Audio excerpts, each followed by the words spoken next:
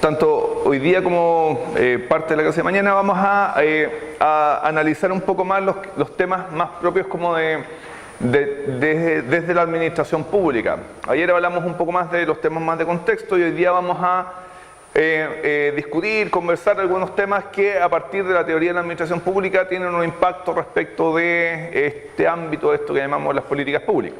¿Ya? Así que vamos a hacer, y por eso les planteo como que esos van a ser los autores que vamos a ver hoy día en términos generales y que vamos a profundizar después también en otras sesiones.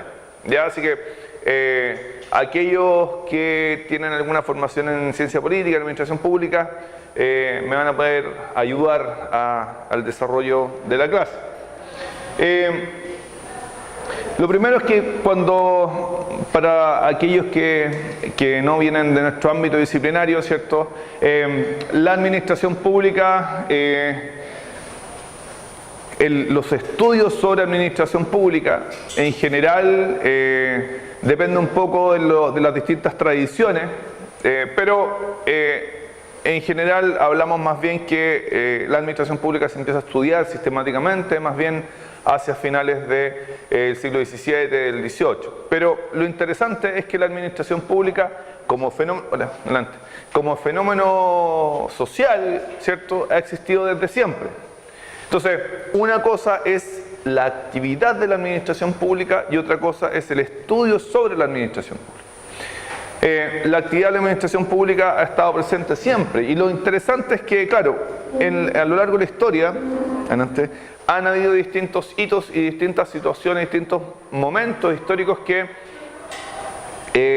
donde podemos encontrar distintos rasgos que nos interesen un poco a lo que vamos a conversar hoy día. Les traigo una foto. ¿Se ve? ¿Se ve o no se ve? ¿No se ve muy bien? Bueno. ¿Qué serán esas personas, esos individuos? Guerreros, ¿ya? Incluso antes de los guerreros, cuando las sociedades eran aún más simples, ¿qué podríamos relacionar? Adelante, pasa. Con esa gente que se ponía restos de un animal muerto, brujos o chamanes, ¿ciertos? Bueno, desde el punto de vista del quehacer de la administración pública, los chamanes son vistos como, se dice que es la profesión más antigua, ¿cierto? Hay discusión respecto de cuál es la profesión más antigua, ¿cierto? Pero desde el punto de vista de las sociedades más básicas, ¿cierto? Todas las actividades en las sociedades, los grupos, todas las actividades guardaban relación con la alimentación, ¿cierto? Con la familia, y por lo tanto todas las actividades guardaban relación con la sobrevivencia, la supervivencia, ¿cierto? Pero cuando empiezan a surgir estos individuos, ¿cierto?, que realizan acciones no en relación a ellos, sino en relación a la comunidad, es que empezamos a reconocer al primer servidor público. El chamán, en ese sentido, es el primer servidor público. ¿Por qué? Porque realiza una acción que no lo beneficia a él. Vale decir, mata una cabra, baila, ¿cierto?, para que llueva, no para él, sino para toda la comunidad, ¿cierto? Y la función pública es eso, es la realización de una acción, adelante, es una acción, ¿cierto?, que uno realiza en función de unos intereses que llamamos colectivos o el abordar una problemática pública, ¿cierto?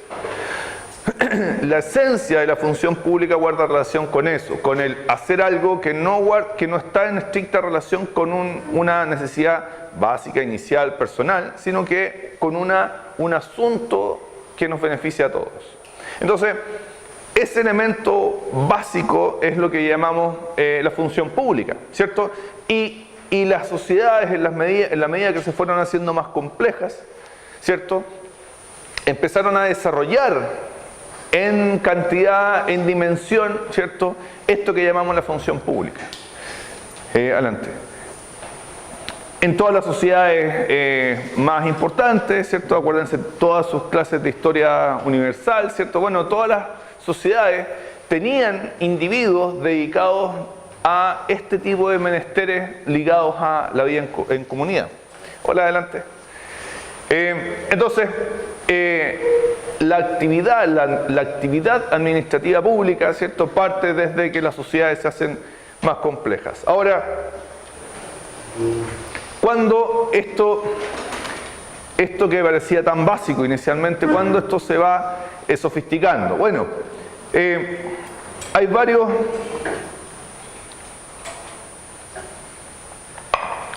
hitos que se reconocen en el desarrollo de la humanidad que son bien interesantes para lo que vamos a hablar hoy día. Uno, en China,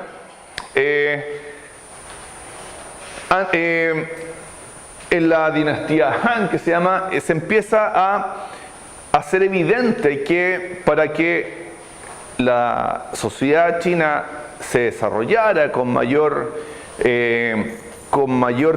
hubiera una mayor calidad en las funciones que se están cumpliendo, un mejor desempeño, se empezó a hacer evidente que se requería ya no solo tener un buen gobernante, sino que tener unos buenos funcionarios públicos. Y hacia el año 300 antes de Cristo, antes de la era común, en China se empieza a hacer evidente la necesidad de contratar a los mejores funcionarios para cumplir las labores de administración, de sanción, relacionadas con los impuestos, qué sé yo. Y es en esa época cuando empieza a surgir un concepto que después, o un concepto que se hace muy moderno, que es el concepto del mérito.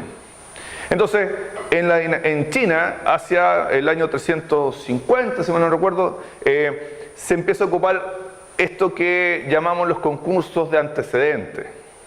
Empiezan por primera vez hacia el 300, entre el 300 y 400 antes de la era común, antes de Cristo. Entonces, desde ese momento ya hay antecedentes de que se hacían concursos para el ingreso a la administración del Estado. Y si se fijan, esa idea es tremendamente radical y tremendamente importante, porque se empiezan a instalar cosas como les decía, mérito. O sea,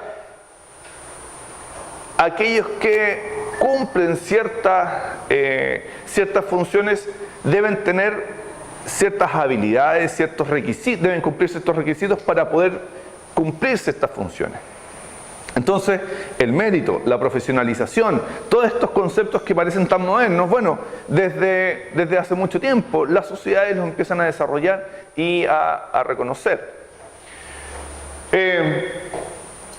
Y en particular, hay un autor una figura que se llama Chen Puhai, que fue un gobernador en China, que fue el primero en escribir su experiencia como funcionario público, como directivo público. Y lo interesante es que estos primeros textos no son grandes teorías sobre la administración pública, sino son más bien su experiencia sobre qué es lo que le funcionó y qué es lo que no le funcionó.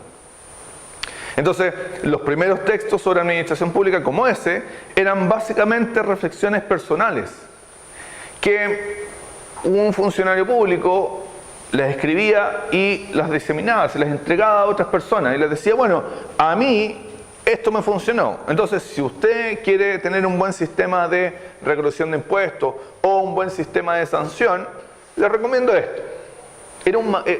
Ahora lo llamaríamos como un manual de buenas prácticas, por ejemplo, ¿cierto? No se hacía teoría, no era teórico, no era una construcción del Estado, no, era una cuestión muy concreta. Y esos son los primeros textos en general de administración pública, más bien recopilaciones de directivos públicos o de funcionarios públicos que sistematizan su experiencia y la tratan de diseminar. Y Chen Puhai, una de las cosas que aborda en sus textos y que también la llevó a la práctica, es este tema del control. Vale decir, en el diseño de la administración pública, en el diseño de la dinastía, del funcionamiento de la dinastía, era esencial para el correcto uso de los recursos, para mantener los estándares adecuados, era necesario el control. Vale decir, dentro de los elementos, de los componentes fundamentales de la administración pública, será clave el cómo se controla el quehacer de los funcionarios. Y el control de distintas maneras, ¿cierto? Control punitivo, control directivo, las distintas formas en que se efectúa el control. Pero lo que el autor planteaba es que, claro, finalmente todos los que estamos acá, prácticamente todos, somos funcionarios públicos y sabemos que nosotros utilizamos recursos que no nos pertenecen. Por lo tanto, la necesidad de ser rigurosos, de ser prolijos con esos recursos es una necesidad fundamental, ¿cierto? Entonces, y por lo tanto, para que se verifique y se controle efectivamente ese uso de los recursos, va a ser necesario diseñar mecanismos de distinto tipo, como les decía, donde se pueda controlar el buen cumplimiento de los objetivos de la organización y el buen uso de los recursos. Entonces, el autor pone mucho acento en esa temática. ¿Ya?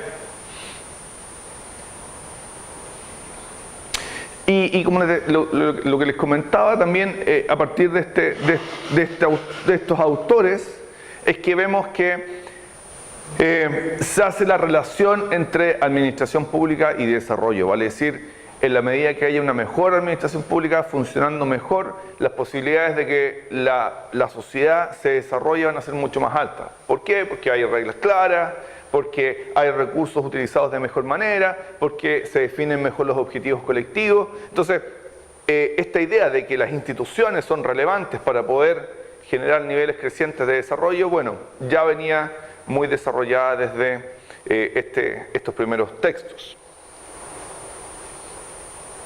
Ahora,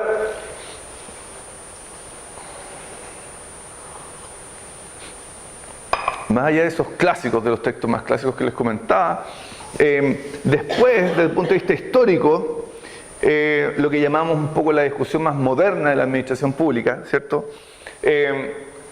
Empieza a darse una cuestión bien interesante, que es que cuando pasamos del feudo a los estados, ¿cierto?, se empieza a dar otro proceso que es bien relevante para entender y comprender la administración pública. Cuando el poder se estructuraba a partir de un feudo, ¿cierto?, de una ciudad y de un espacio territorial determinado, era la figura superior, podía estar presente, podía realizar él mismo las acciones ligadas con su poder, ¿cierto? Vale decir, sancionar, quitar recursos, entregar recursos, él personalmente lo podía hacer porque había un espacio territorial determinado. Pero ¿qué ocurre? Cuando se empieza a desmoronar el sistema feudal y se empiezan a conformar estos estados, la estructura de poder se hace más compleja y empieza a ocurrir algo que es clave para el desarrollo de la administración pública moderna, que es que quien detenta el poder requiere de individuos que actúen en su nombre, ¿cierto? Entonces, cuando un funcionario público actúa en función de quien detenta el poder, ¿cierto? Entonces, esa necesidad, esa complejidad que se va dando en los espacios territoriales hace que surja, particularmente en Europa, por ejemplo, surja un conjunto de individuos que empiezan a actuar en función de el poder central, ¿cierto? El rey, canciller o quien sea. ¿Y qué es lo que ocurre? Que particularmente en el siglo XVI, qué sé yo, se empiezan a dar estas discusiones respecto de quién debía cumplir la representación de el rey, por ejemplo. Y por lo tanto, ¿quién debía actuar en función de esa persona? Bueno, en muchos países, particularmente en Francia, en Prusia en ese tiempo, los que tenían una mayor educación y por lo tanto tenían mayor recurso, ¿cierto?, empiezan a actuar en representación del rey. ¿Por qué? Porque tenían mayor manejo de educación y por lo tanto manejaban más idiomas, tenían mayores contactos, qué sé yo. Pero ¿qué ocurre? Que se empieza a dar un hecho natural, que es que estas personas, en vez de actuar en representación del rey, empiezan a actuar en función de sus propios intereses. Entonces, claramente se empieza a producir la tensión. Y a partir de eso se hace necesario empezar a concebir un conjunto de individuos pagados, ¿cierto?, que actuaban en nombre de este poder central, de este rey, y cuyas decisiones eran decisiones que estaban validadas, que estaban sustentadas en decisiones del poder central, ¿cierto? Entonces, el funcionario público que asignaba un impuesto, que sancionaba a alguien, que limitaba la libertad de alguien, ¿cierto?, lo hacía no en función de sus intereses, sino que lo hacía en función de los intereses del rey, ¿cierto? Entonces, eso empieza a conformar una estructura compleja que llamamos administración pública. Entonces, la idea de la creación de los intendentes en Francia, de varios cargos, es producto de esta necesidad de presencia del poder central en los territorios, ¿cierto? Entonces, pero es recién en el siglo XVII, siglo XVIII, donde empezamos a cambiar un poco el foco de lo que comentábamos al principio, vale decir, cuando empezamos a hablar de administración pública desde la práctica y empezamos a teorizar, vale decir, lo que se llama las ciencias camerales, los cameralistas, fueron los primeros que se preocuparon de estudiar la administración pública y de generar teoría sobre la administración pública. Entonces hacían tratados sobre, por ejemplo, el Estado policía, vale decir, cómo se conduce, cómo se genera todo lo que guarda relación con la seguridad y los castigos dentro de una sociedad. También están los estudios fiscales. Los cameralistas se preocupan de los temas de impuestos y empiezan a conformar un marco teórico sobre cómo se asignan, cómo se sancionan, cómo se administran los impuestos, ¿ya? Y finalmente también las ciencias camerales son las ciencias administrativas, vale decir, se reflexiona y se piensa y se conforma una teoría respecto de cómo se administran las instituciones públicas. Entonces, estas tres ciencias, las ciencias de policía, las ciencias fiscales y la ciencia administrativa, se conforman en las ciencias camerales y se empiezan a estudiar en la universidad. Entonces, vemos cómo se cambia un poco este enfoque mucho más práctico y mucho orientado hacia la praxis de la gestión pública y se mueve hacia la reflexión teórica y más bien académica respecto a la temática, ¿ya? Entonces, los primeros estudios sobre administración pública universitarios empiezan en esta época también.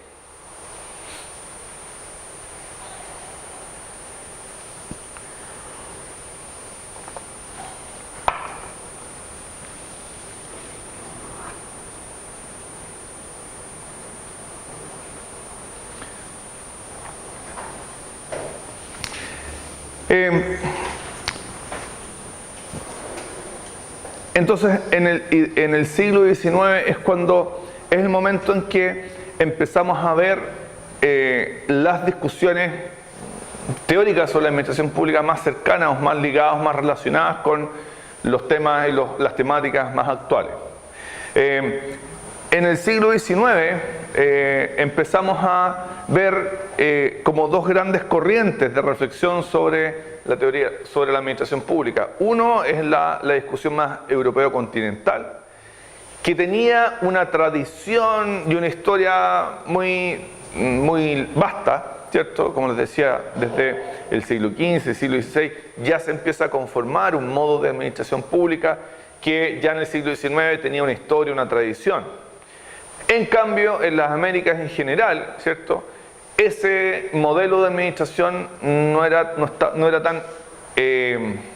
estaba tan consolidado, ¿cierto?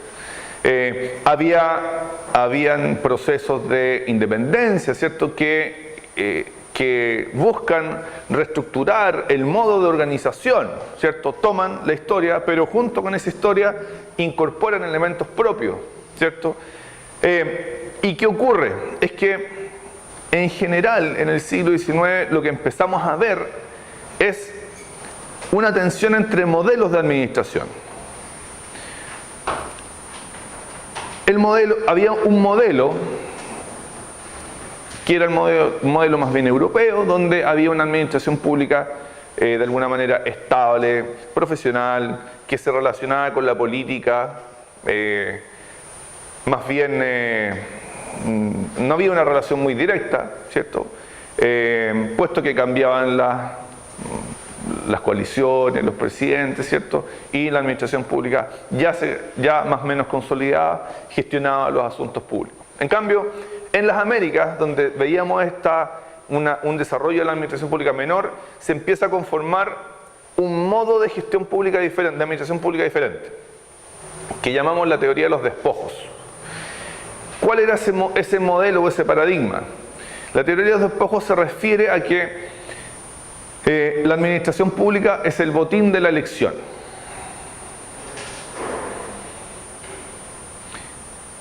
¿Qué entendemos por botín de la elección? Bueno, si yo gano una elección, ¿cierto? Yo tengo derecho a elegir quiénes administran o quiénes son los que forman parte de la administración pública, ¿cierto? Eso es bueno, eso es malo, era un paradigma, era una forma de entender la administración pública. Esa teoría se sustenta en que lo esencial, lo clave, es el voto. El voto me da la legitimidad, el haber tenido más votos me da la legitimidad para elegir quiénes son los que me van a acompañar al momento de implementar mi programa político, lo que sea. ¿Cierto? Y cuando decimos paradigma, decimos una forma de entender la realidad. ¿Cierto? No se veía como un vicio, se veía como lo que correspondía, ¿cierto? Y en gran parte de las Américas, ¿cierto? Ese era el modelo dominante.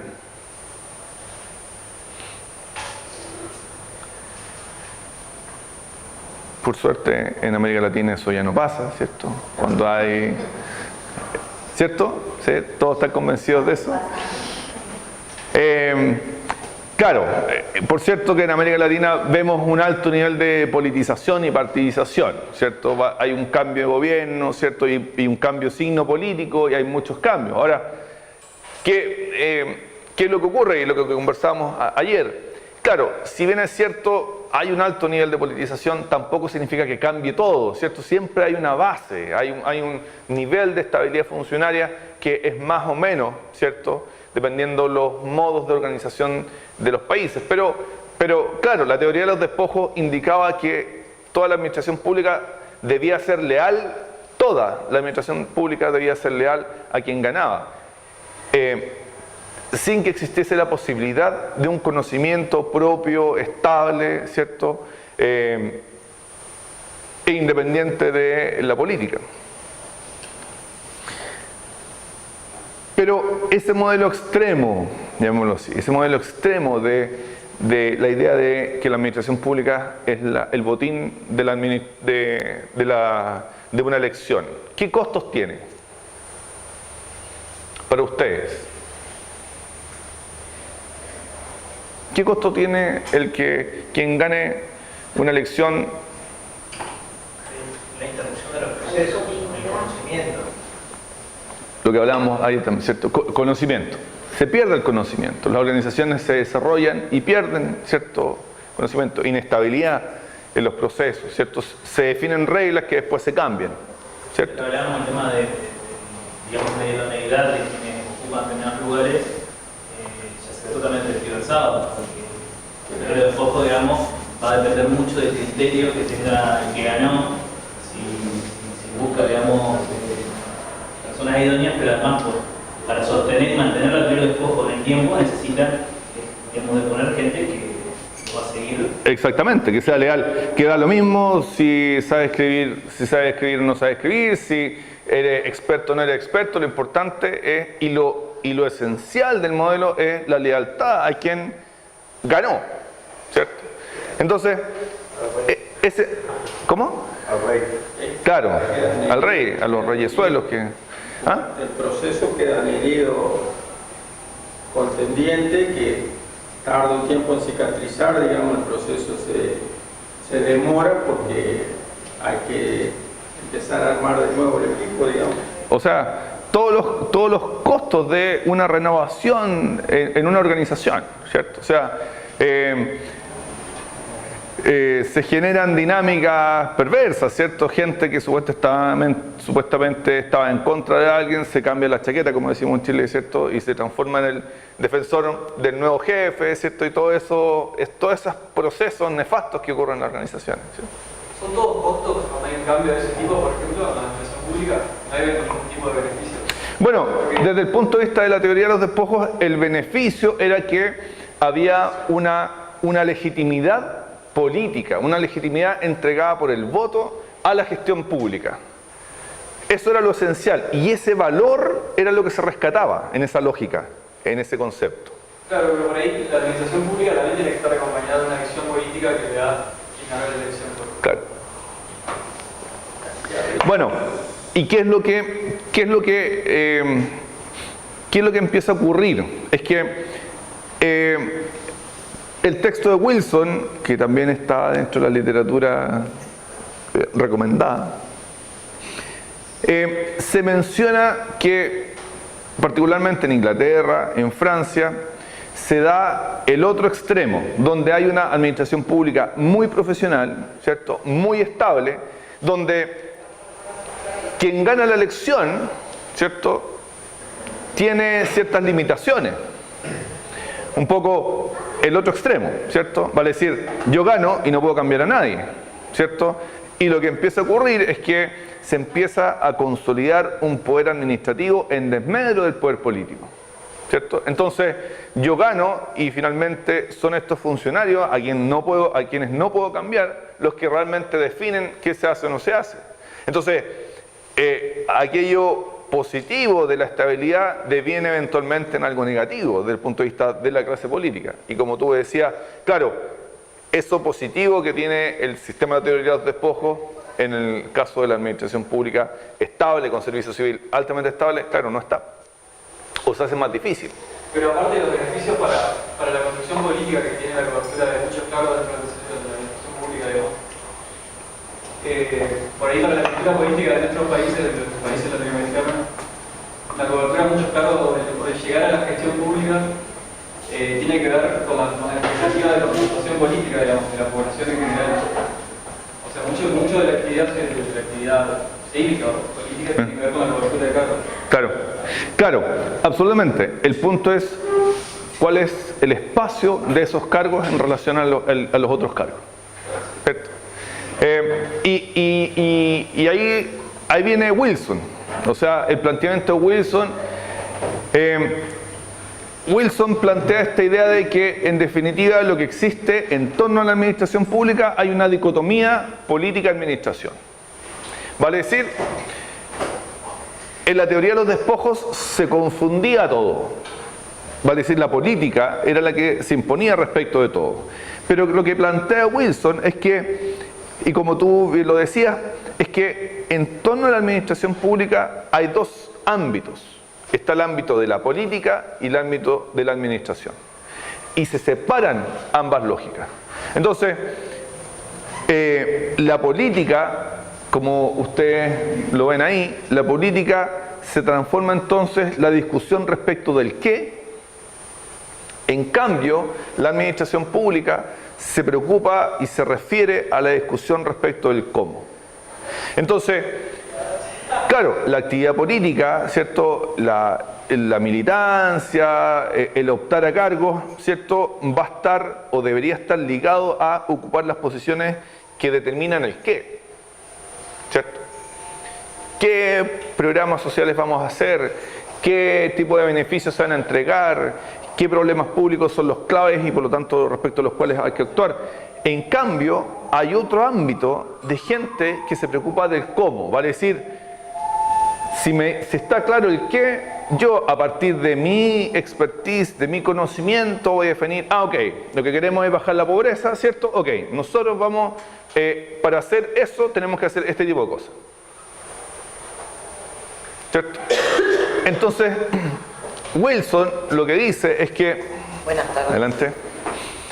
Lo que plantea Wilson en definitiva es que se hace una separación, vale decir, en esta nueva concepción de la administración pública y por lo tanto este desligarse del esquema de la teoría de los despojos, el modelo a seguir o el modelo que sería útil y adecuado y pertinente para la administración pública es aquel modelo donde se separa la política de la administración, ¿ya?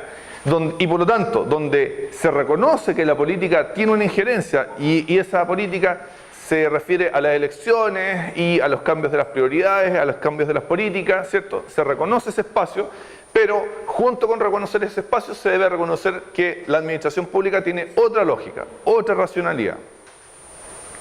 Y por lo tanto, no se le puede exigir lo mismo a la administración pública que lo que se le exige al espacio de la política, ¿ya?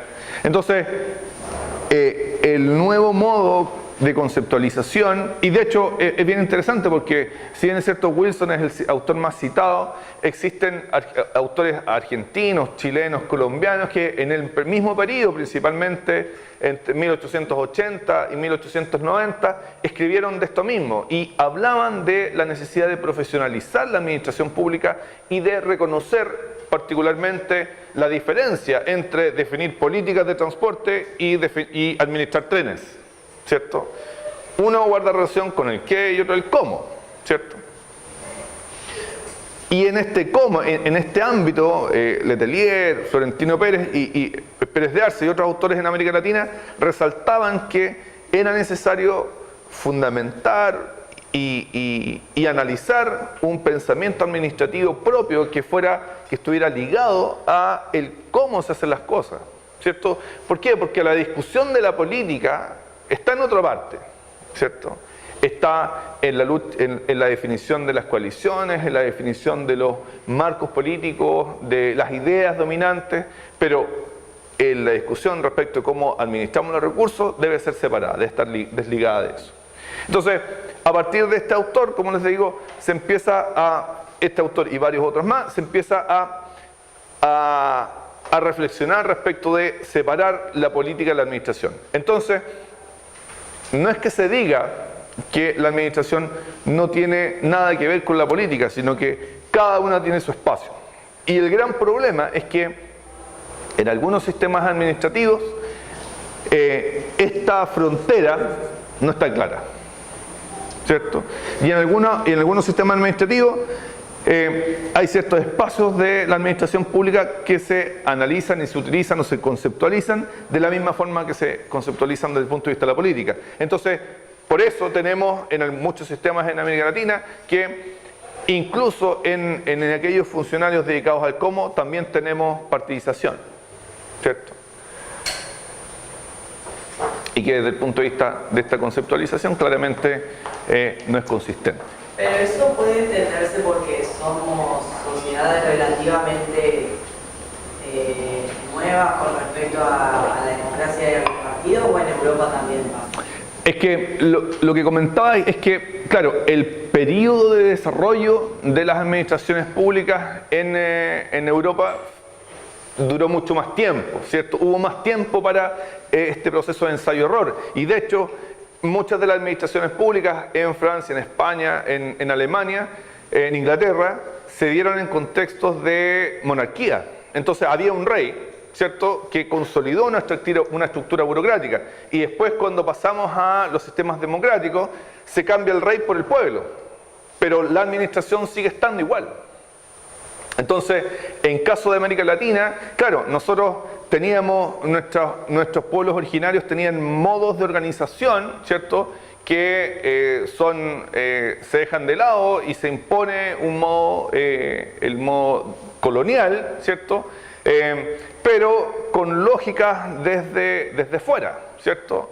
Y es cuando empezamos a hablar de las independencias, cuando se empiezan a conformar modos de Estado, ¿cierto?,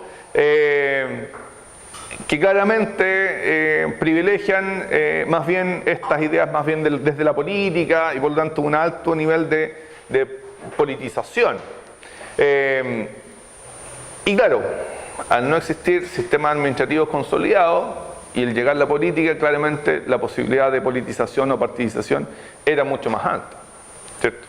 Entonces, claro, hay un tema, es lo mismo que pasa en China. Imagínense, como ya hablábamos, desde el 400 a.C. ya había un desarrollo administrativo importante. O sea, imagínense, pueden haber revoluciones, pueden haber cambios de gobierno, pero ya la administración pública tenía un nivel de consolidación muy grande, ¿cierto? Entonces, ese conocimiento, ese pensamiento, y que pasa en India también, Arthashastra y varios otros autores reflexionaron sobre la administración pública hace mucho tiempo. Entonces, ya habían formas de organización que se respetaron y se mantuvieron. En los pueblos de América Latina, prácticamente todas las formas de organización de nuestros pueblos originarios fueron dejadas de lado, ¿cierto? No se consolidaron, ni mucho menos. De hecho, por ejemplo, es bien interesante, por ejemplo, en el caso de la población mapuche, ¿cierto?, los conceptos de distribución del poder y de organización social, ¿cierto?, que son que todavía lo estamos estudiando, analizando, ¿cierto?, pero es un concepto de administración pública completamente diferente de lo que se impone con la colonia, ¿cierto? Acuérdense que el pueblo mapuche, una de las formas de organización era la atomización, ¿cierto?, una forma bastante más horizontal de distribución del poder, y que claramente iba no era consistente con la visión de un monarca que poseía el poder total y lo distribuía hacia abajo, ¿cierto? Entonces,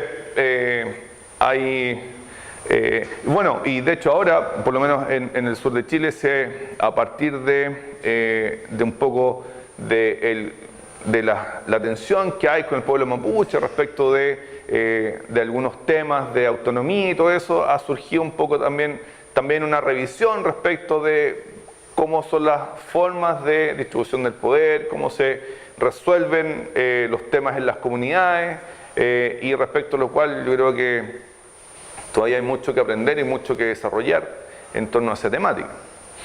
Así que, claro, uno se queda con, no sé, los incas, ¿cierto?, los mayas, que tenían una distribución del poder también muy centralizada, ¿cierto?, pero que, bueno, que tampoco se traduce finalmente en modos de administración pública muy diferentes de los modos exportados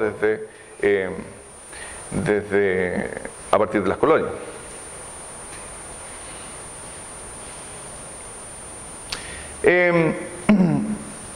Un segundo elemento que quería compartir con ustedes es que cuando hablamos de administración pública, cuando teorizamos sobre administración pública, ocupamos siempre el concepto burocracia, ¿cierto? ¿Cómo definirían ustedes burocracia?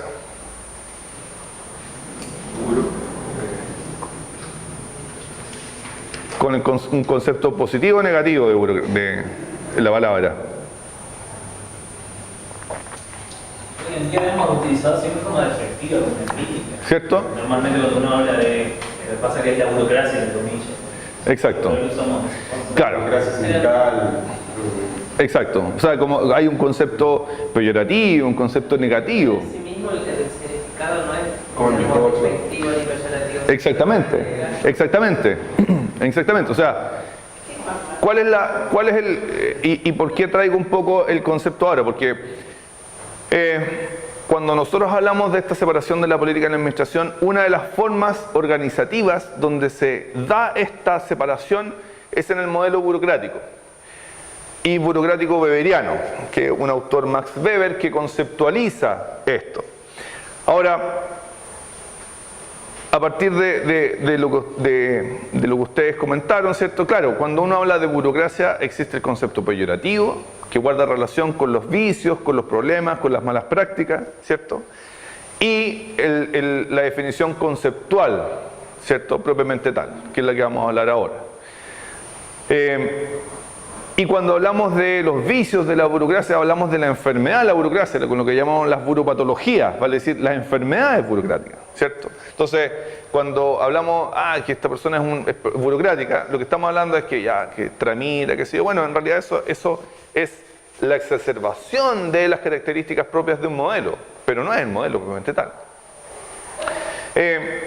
Entonces, ¿qué es lo que plantea Weber? Y como les digo, es bien interesante porque en el contexto de la discusión que se da a fines del siglo XIX y comienzos del XX respecto a la separación entre política y administración y de las particularidades de la actividad administrativa pública, ¿cierto? Weber está conceptualizando también esta temática.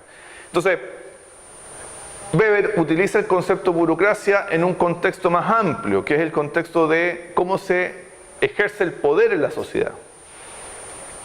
Vale decir, la burocracia el concepto de burocracia se desarrolla en un concepto más amplio de el uso del poder en la sociedad. Y a ese respecto, Weber plantea que, de un análisis histórico, ¿cierto?, se reconocen 3 tipos de dominación. La dominación tradicional, la carismática y la racional o legal.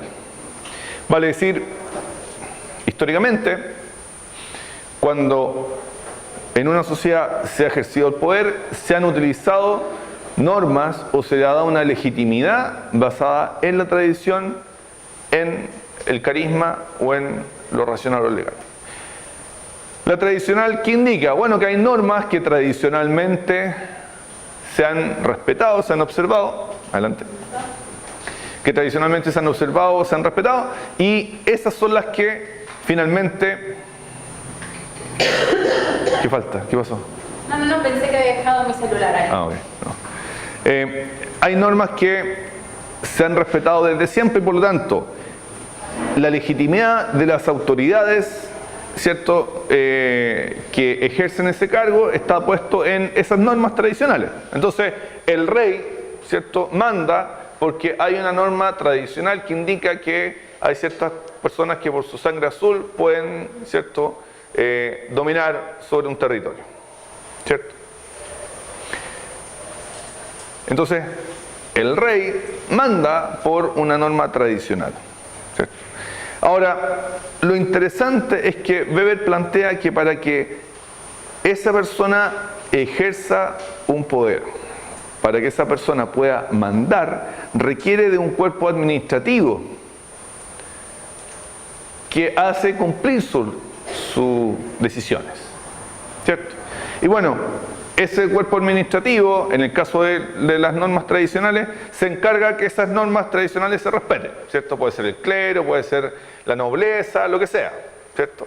Se encargan de que finalmente esas normas tradicionales se respeten, ¿cierto? Después tenemos el tipo de dominación carismática. Vale decir, hay individuos, hay personas que mandan y que por lo tanto hay otros que obedecen en función de la legitimidad que le entrega el carisma que posee la persona. ¿Qué es el carisma? Bueno, el carisma es un rasgo particular que posee alguien y que otros no tienen, ¿cierto? Entonces, un líder carismático es aquel líder que posee este rasgo, este elemento que hace que la gente lo siga, ¿cierto? Y el cuadro administrativo es gente leal a esta persona que resalta ese carisma, ¿cierto? Y permite que las decisiones de esta persona se implementen. Ahora, ¿qué ocurre? Que ese carisma, esa persona se muere o le pasa algo, ¿cierto? Y esta estructura que se conforma se quiebra, porque ya no está la persona que poseía ese rasgo particular. Y en un tercer tipo de dominación está el tipo racional o legal, ¿cierto? Vale decir, quien manda es la ley. Entonces, nosotros elegimos presidentes, presidentas. ¿Por qué? Porque hay una ley que dice, bueno, que hay una persona que si saca más del 50%, 50% más uno de los votos, manda. ¿Cierto? Es la ley la que está mandando, no es una persona, ¿cierto? Es la figura del presidente o la presidenta la que está mandando, no la persona tal o cual, ¿cierto? ¿Y qué es lo que ocurre? Es que es en este tipo de dominación racional o legal donde surge la burocracia. ¿Por qué? Porque la burocracia finalmente va a ser aquella institución, aquel conjunto de individuos que lo que hacen es que se apliquen las leyes. Y por lo tanto, se ejerce el poder a través de la aplicación de las leyes. Entonces, que exista un Ministerio de Educación, que exista un instituto A, B, C o D, ¿cierto? Es lo que estás haciendo, se está cumpliendo una ley, ¿cierto? Los funcionarios públicos que estamos acá cumplimos nuestras funciones, ¿cierto? En virtud de que hay una ley que dice que tiene que haber una universidad pública, ¿cierto? Entonces, nuestro quehacer está explicado por la ley. Entonces, este tipo de dominación, ¿cierto?, que el racional o legal surge, es legítimo, se legitima a partir del cumplimiento de los mandatos legales y que se definen a partir de congresos, parlamentos, donde se discuten y se definen modos de crear nuevas leyes y todo eso, ¿cierto? Entonces, la administración pública es la aplicación de la norma, la aplicación de las leyes. Entonces, el poder se ejerce a partir de estos marcos normativos que nos definimos, ¿cierto? Por lo tanto, va a ser en este contexto donde surge la burocracia. Entonces, la burocracia es el cuerpo administrativo que permite que la ley se aplique.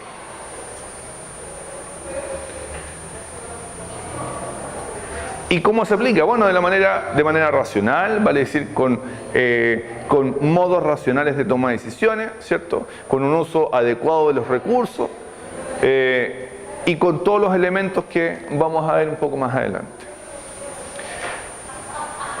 Y lo relevante es, como les menciono, hay imparcialidad de la organización porque no hay elementos subjetivos en esto. La ley se aplica quien esté en el gobierno, quien se vea afectado o no se vea afectado, es la norma objetiva la que se aplica, ¿cierto?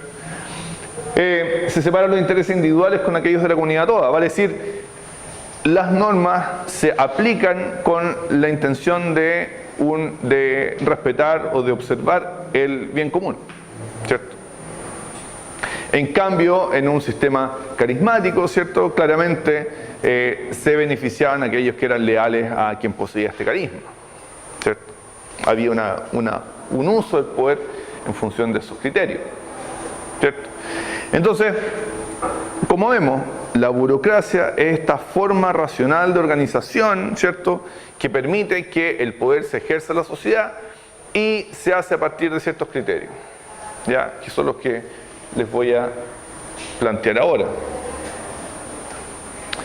Cuando hablamos de burocracia, ¿cierto?, hablamos de estas disfunciones o vicios, ¿cierto?, que hablamos de la burocracia. Bueno, pero esos surgen principalmente de las características propias de la burocracia, ¿cierto? Vale decir, son exacerbaciones de las características propias de este modo de organización. Algunas características de la burocracia. Primero, áreas jurisdiccionales definidas y claras, ¿cierto?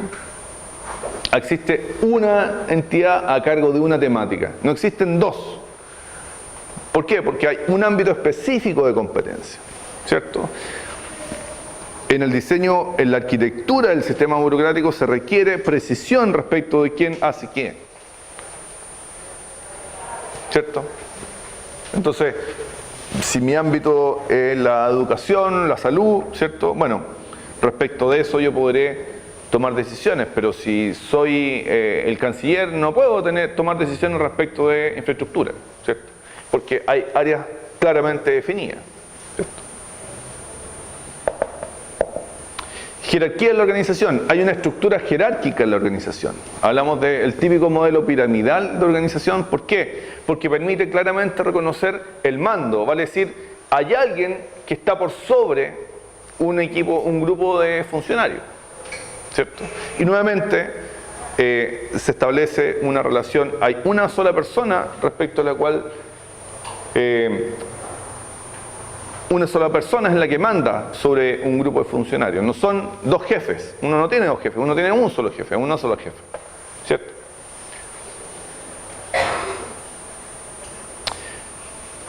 Administración basada en documentos. ¿Por qué creen ustedes que para el sistema burocrático es importante la administración basada en documentos?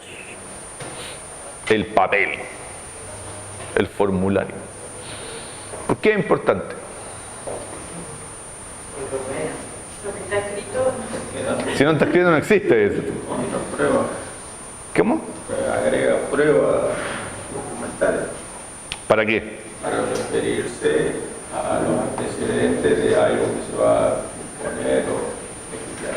Claro, si usted lo piensa en el documento objetiva, ¿cierto? Define responsabilidades, respeta derechos, permite, o sea, si una persona en un acto administrativo define un subsidio, ¿cierto? Todos aquellos que tienen las características definidas en ese papel, ¿cierto? Van a poder exigir su derecho de tener ese subsidio, por ejemplo. O sea, la administración basada en documentos guarda relación, no, el papel no es por el papel, sino que el papel permite una serie de cosas que no se podrían exigir si es que no existiera ese respaldo y ese objetivar el acto administrativo, ¿cierto? Las responsabilidades, o sea, hay una autoridad, es la que sanciona ciertas cosas, ¿cierto? Podemos trazar claramente las responsabilidades. Ahora, claro, ¿cuál es el gran problema? Es que a veces los sistemas administrativos definen, ¿cierto? 5 copias para tal o cual proceso, ¿cierto? Y con el tiempo seguimos pidiendo esas 5 copias, ¿cierto? Y a veces esas 5 copias nos quedamos con 3 y hay 2 que no sabemos por qué las pedimos, pero las seguimos pidiendo, ¿cierto? Porque claro, nuevamente, el problema, y vamos a analizar un poco ese problema, es que esa situación es que la administración pública beberiana tiene ciertas características que en sí mismas son beneficiosas, pero que eventualmente, si no son sujetas a críticas, análisis, eventualmente pueden transformarse en negativas, ¿ya? Especialización y profesionalización de la función pública, vale decir, hay un conocimiento, hay unos elementos que son propios de este espacio que se deben potenciar y se deben tender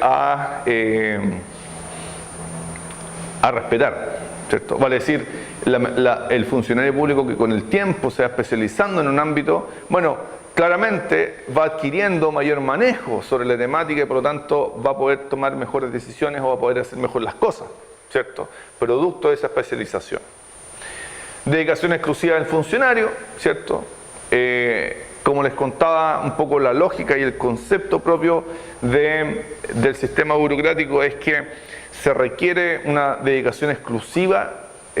¿Por qué? Para que los intereses de quienes cumplen las funciones, ¿cierto?, no se contrapongan. Entonces, si yo trabajo en un espacio administrativo y además tengo un emprendimiento o hago otra cosa, ¿cierto?, se pueden poner en tensión los intereses de un espacio con los del otro, ¿cierto? Y finalmente existen conocimientos técnicos propios de la administración pública. Lo que les contaba un poco, esta idea de separar la política de la administración. La administración tiene una racionalidad, tiene unos conceptos y tiene una teoría que es propia y específica, ¿cierto? Y que por lo tanto se debe estudiar, analizar y mejorar cada vez con mayor fuerza. Pero junto con reconocer a las características de la burocracia, Weber entrega un concepto importante, que es el de funcionario público.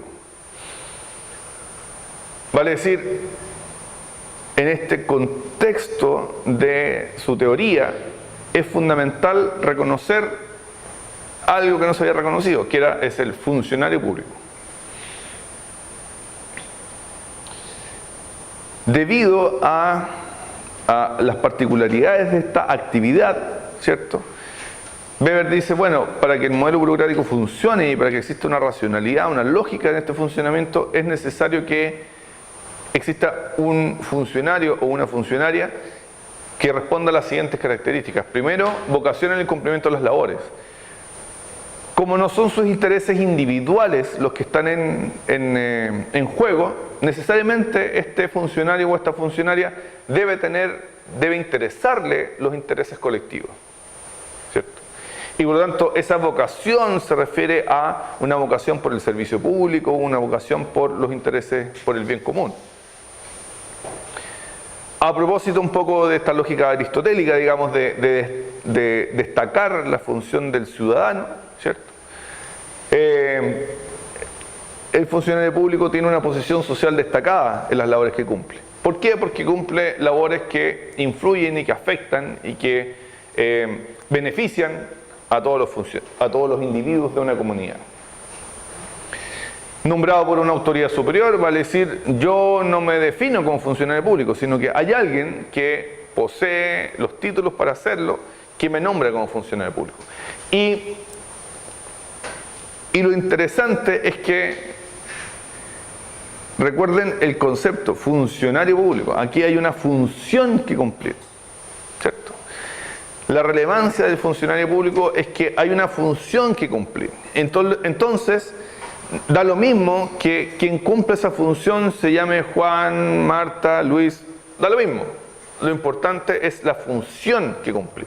Entonces, ustedes acá no necesitan a Christian Pliskov, ustedes necesitan a un profesor, ¿cierto? Un académico, ¿cierto? Esa es la función que tiene que cumplir la persona que está acá adelante. Ustedes tienen que decir, no, profesor, si lo queríamos usted, ya, gracias. Pero básicamente lo que se requiere es alguien que cumpla la función determinada, ¿cierto? Muchos de ustedes están en trabajos cumpliendo una función de fiscalizador, de analista, ¿cierto? Bueno, eso guarda relación con que el sistema burocrático requiere ciertos componentes que cumplan una función. Y esa función uno la cumple con los recursos públicos. Entonces uno no se apropia de esos recursos públicos. Entonces, ¿a qué nos referimos con eso? Es que si ustedes lo nombran en un cargo, ustedes llegan, trabajan, utilizan la computadora, utilizan los espacios, y cuando dejan de trabajar no se llevan eso para la casa, ¿cierto? O por lo menos dentro de los marcos legales, ¿cierto? Eventualmente podría alguno hacerlo, pero uno no se lleva el escritorio, ¿cierto? La mesa. No, porque eso es propio de aquella persona que cumple esa función. Entonces, uno no se debería apropiar. No, uno no se apropia de aquellos recursos que te entregaron para que tú puedas cumplir esa función, ¿cierto? Entonces, esa idea de la impersonalidad del cargo y de la idea de funcionario, ¿cierto? O funcionaria es uno de los rasgos importantes. Lo otro es que la posición es vitalicia. Acuérdense de lo que conversamos ayer, un poco esta idea de la estabilidad funcionaria, ¿cierto? En el concepto weberiano de funcionario público se utiliza esta idea del concepto de estabilidad.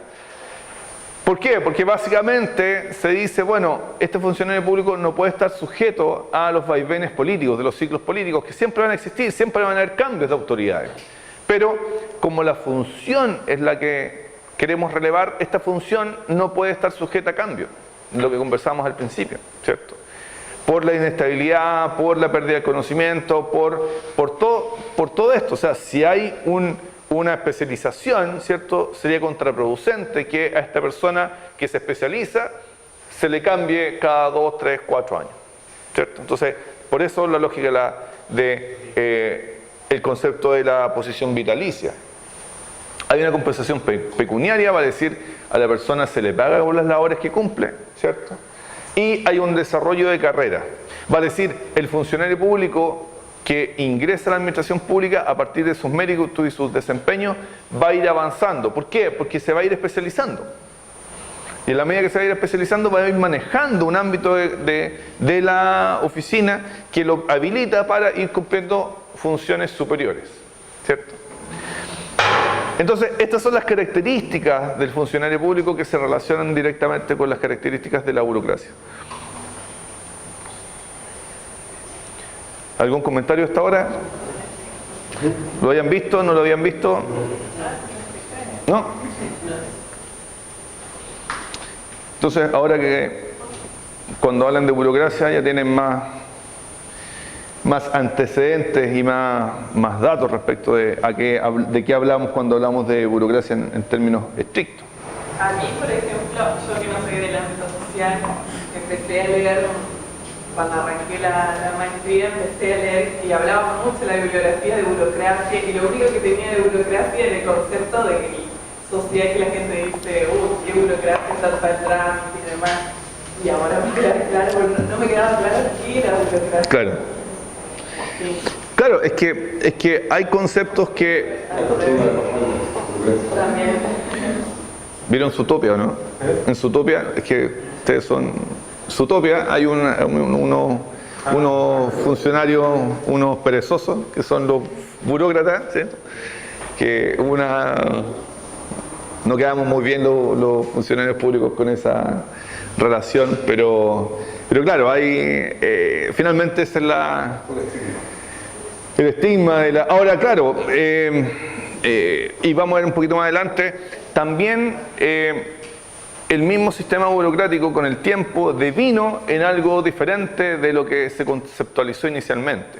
Ahora, esto no es que Weber se sentó y dijo, esta es la burocracia, y la gente dijo, eso es solo burócrata, ya, y ahora vamos a hacer así. No, pues Weber lo que hace es caracterizar su teoría de la sociedad, su teoría sociológica, se caracterizó por crear lo que él llama los tipos ideales. Vale decir, él dice, este es el tipo ideal de burocracia. Este es el tipo ideal en algunos países, a lo mejor de estas 6 características sean 4, en otros sean 3, otros sean 5. Entonces, lo que él dice es que en teoría un sistema burocrático debería tener todos estos componentes, pero no siempre sean todos, sean algunos, ¿cierto? Entonces, pero además, lo que más adelante vamos a ver es que a propósito de estos procesos, ¿cierto? A propósito de estas características, todas las construcciones sociales, todas las instituciones sociales tienen efectos deseados y efectos no deseados. Entonces, la especialización es buena, pero también puede generar ciertos problemas. Entonces, que los vamos a ver más adelante. Junto con Weber, en paralelo está la reflexión de lo que se llama la administración científica. Taylor, Fayol y otros autores. Y que de alguna manera es una visión muy consistente con el modelo burocrático. ¿Por qué? Porque básicamente Taylor y Fayol y otros autores empezaron a analizar la administración y las organizaciones. Y dijeron, bueno, ¿cuál es el fin de una organización? Y al igual como lo plantea Weber, ellos dijeron, bueno, finalmente las organizaciones son espacios de organización racional de los usos en función de un objetivo. Entonces, Taylor se dio cuenta que las organizaciones, independiente de su tamaño, ¿cierto?, en la medida que van analizando los procesos, pueden ir alcanzando niveles mayores de racionalidad y particularmente de eficiencia. Entonces, Weber decía, bueno, claro, para que se aplique la ley, tiene que ser de manera racional, ¿cierto?, definir los medios para los fines, ¿cierto?, y conformar esta estructura burocrática que decíamos. En la empresa, Taylor empezó a decir, bueno, para que una empresa sea más eficiente, lo que tiene que hacer es preocuparse de los procesos y analizar los procesos. Entonces, él decía, estaba analizando una organización, vio cómo había un grupo de personas que movían la tierra de un lugar a otro, y el mismo grupo de gente un grupo se demoraba más en mover la misma cantidad de gente que el otro. Y él decía, ¿por qué? Si eran obreros muy parecidos. Y bueno, empezó a analizar y se dio cuenta que la forma como se tomaba la pala, ¿cierto?, era lo determinante.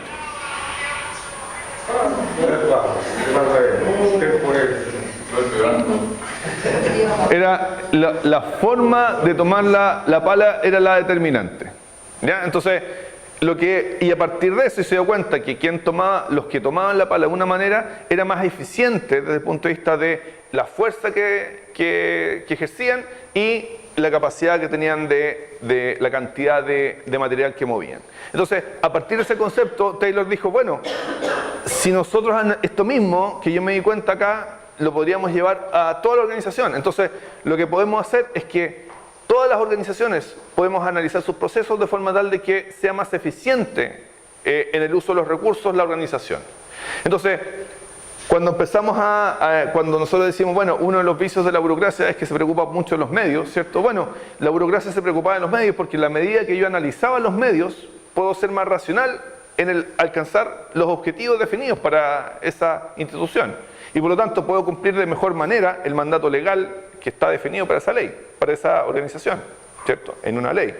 Entonces, la administración científica es muy consistente con el pensamiento particular de Weber y lo que principalmente estamos hablando de 1910, 1920, el principio del siglo XX, donde las organizaciones empiezan a tener un cambio desde el punto de vista de cómo se conceptualizan y pasamos de organizaciones más tradicionales a organizaciones cada vez más profesionales. Pero lo interesante, y ahí les traigo el concepto de Simon, es que tanto Weber como Taylor y Fayol empiezan a hablar de que en la administración pública y en la administración en general existía poca reflexión respecto de el modo práctico en el que se lleva a cabo la gestión. Entonces él dice, bueno, el gran problema de la administración es que nos basamos en proverbios. ¿Qué son los proverbios? ¿Qué es un proverbio? Proverbio. Es como una enseñanza. Pero alguno que se les venga a la mente. Una definición breve. No, sí, hay miles. Por ejemplo. Como un breve cuento que termina teniendo una enseñanza. No, pero un proverbio, una frase. Acuérdense de algún proverbio. El que madruga Dios lo ayuda. Exactamente. Es un proverbio. ¿Cierto? Al que madruga Dios lo ayuda. ¿Qué es lo que plantea Simon? Es que en toda la literatura sobre administración, más bien en ese tiempo, principalmente en los 40, qué sé yo, 30, 40, casi todos los textos sobre administración y administración pública estaban llenos de proverbios. Vale decir, al que madruga Dios lo ayuda, ¿cierto? Eso es un conocimiento absolutamente acientífico. O sea, no hubo una persona que reconoció un conjunto de individuos que se levantaron temprano y verificó que una deidad superior, ¿cierto?, los beneficiaba. No, nadie hizo ese análisis empírico, ¿cierto?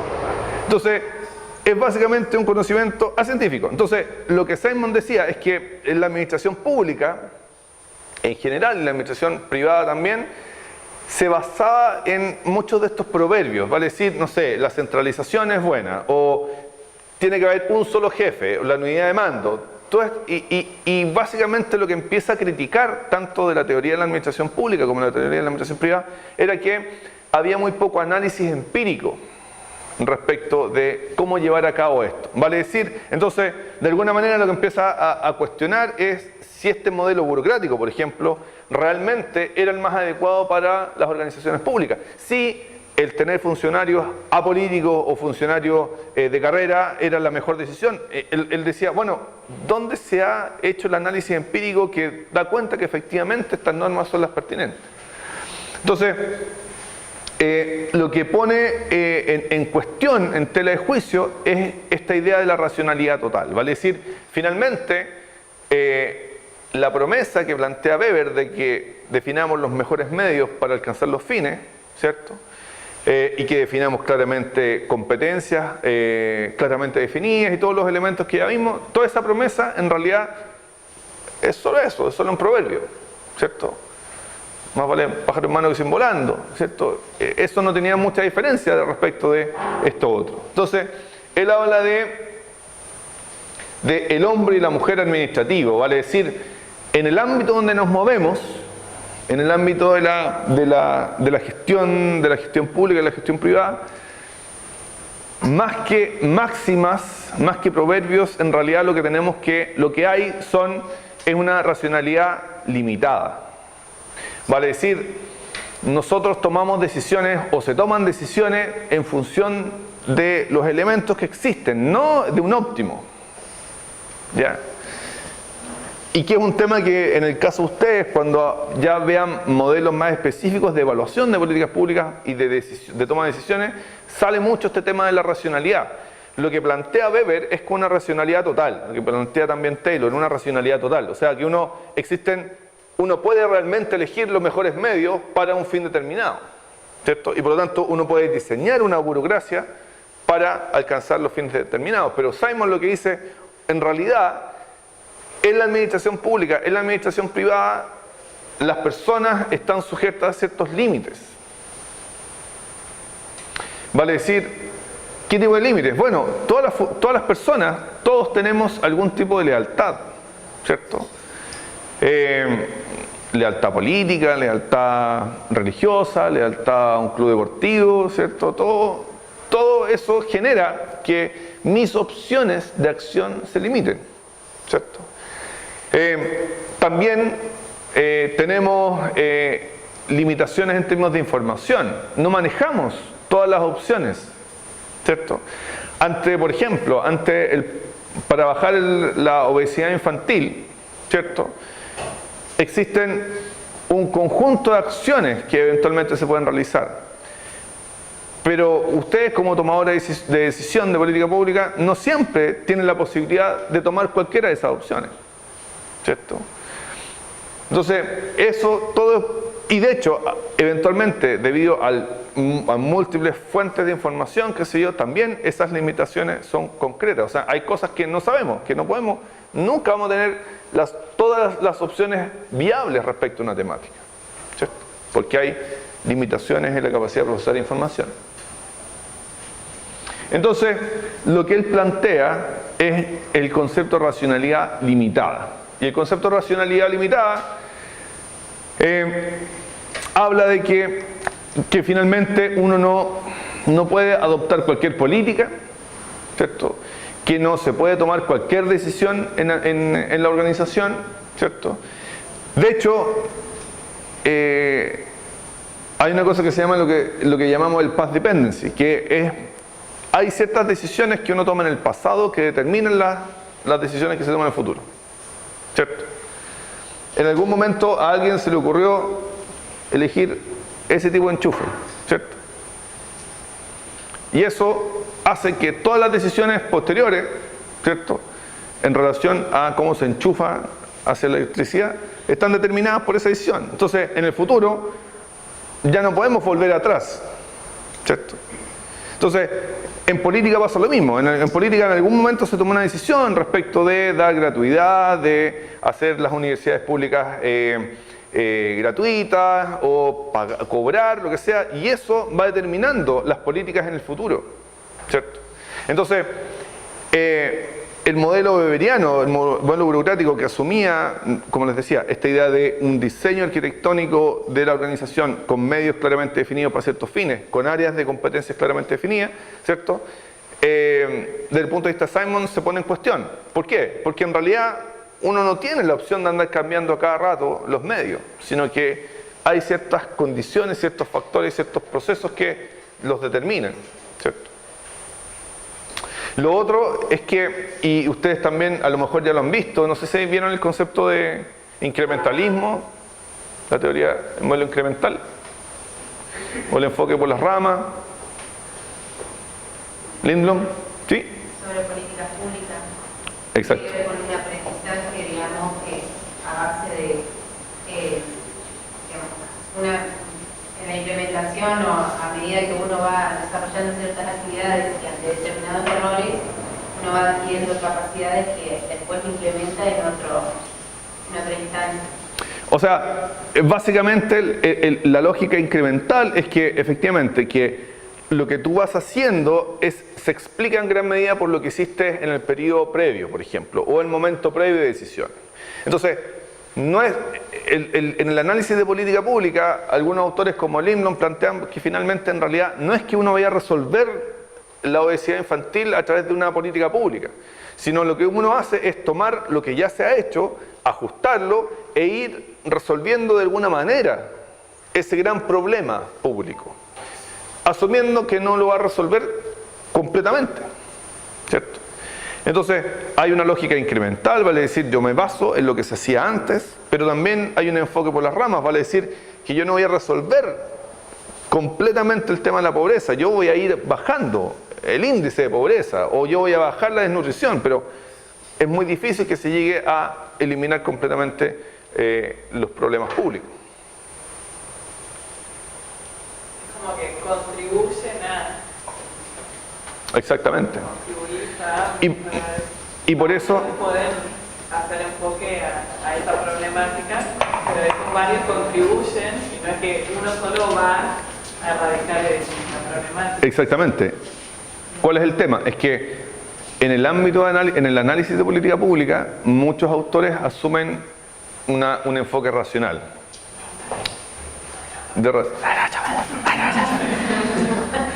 Asumen esta lógica, me desconcentraron, de racionalidad total, ¿vale? Es decir, que tú defines el problema, defines los medios y resuelves el problema, ¿cierto?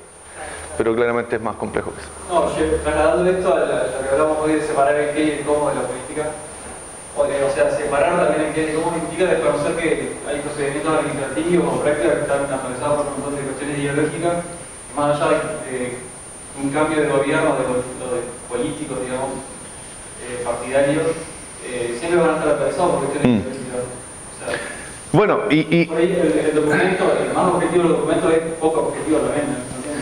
O sea, lo que finalmente empezamos a partir de Simon y de otros autores que vamos a ir viendo, lo que se pone en entredicho es que realmente sea tan simple separar la política de la administración. Porque finalmente, en el quehacer administrativo hay algo de política también, ¿cierto? Como tú dices, claro, hay ciertas decisiones de qué formulario, cómo se hace el formulario, cómo se entrega el subsidio, que son políticas también. Sí, por ahí acá el servicio público en Argentina, por lo menos más profesionalizado, se puede decir, es la justicia. Y ahora estamos viendo que en realidad los procedimientos judiciales están atravesados por una ideología machista, por ejemplo, que antes no vivíamos, que supuestamente eran procedimientos objetivos, pero en realidad son procedimientos llenos de subjetividades. Y lo otro es que también la política no puede, el ámbito de la política, por lo tanto el ámbito del qué, no puede estar desligado del cómo. Vale decir, un tomador de decisiones no puede pensar solamente en qué quiero resolver, sino tiene una interacción o un conocimiento más o menos claro o por lo menos adecuado de el cómo se va a implementar eso, ¿cierto? Entonces, esa interacción entre el qué y el cómo es clave. También cuando participan varios funcionarios que no todos de la misma mirada, o la misma madurez de la idea, por lo menos. O sea, exactamente. Avanza y otro la deja en stand-by. Claro, y a veces no siempre los procesos de selección generan a aquellos que efectivamente tienen todos los méritos adecuados para cumplir las funciones, ¿cierto? Entonces, todos esos vicios son los que, de alguna manera, Simon empieza a plantear. Y el otro autor que lo vamos a analizar mañana en la mañana también, es Merton. Robert Merton plantea, a partir de la teoría burocrática, analiza lo que les comentaba, esta idea de los efectos no deseados. Vale decir, hay ciertas cosas que los diseños organizacionales buscan, ¿cierto? Pero junto con buscar eso, generan otros resultados que no estaban pensados. Por ejemplo, él plantea que finalmente el modelo burocrático se traduce en una clara división de actividades integradas que se consideran como deberes inherentes al cargo en regulaciones que se encuentran sistemas de control y sanciones diferenciados. Vale decir, o sea, esa teoría burocrática que vimos se traduce, por ejemplo, en este tipo de prácticas, ¿cierto? El modelo implica una catalogación de acciones y reacciones tanto respecto a la organización como de los usuarios, ¿cierto? O sea, la lógica de objetivizar los comportamientos administrativos en relación a los usuarios, ¿cierto? El principal mérito de la burocracia es su eficiencia técnica, ya que premia la precisión, rapidez, control experto, continuidad, discreción y rendimientos óptimos de inversión, ¿cierto? Vale decir, en eso se traduciría el modelo burocrático. Pero ¿qué ocurre? Que lo que el autor plantea y lo que el autor reconoce es que, en definitiva,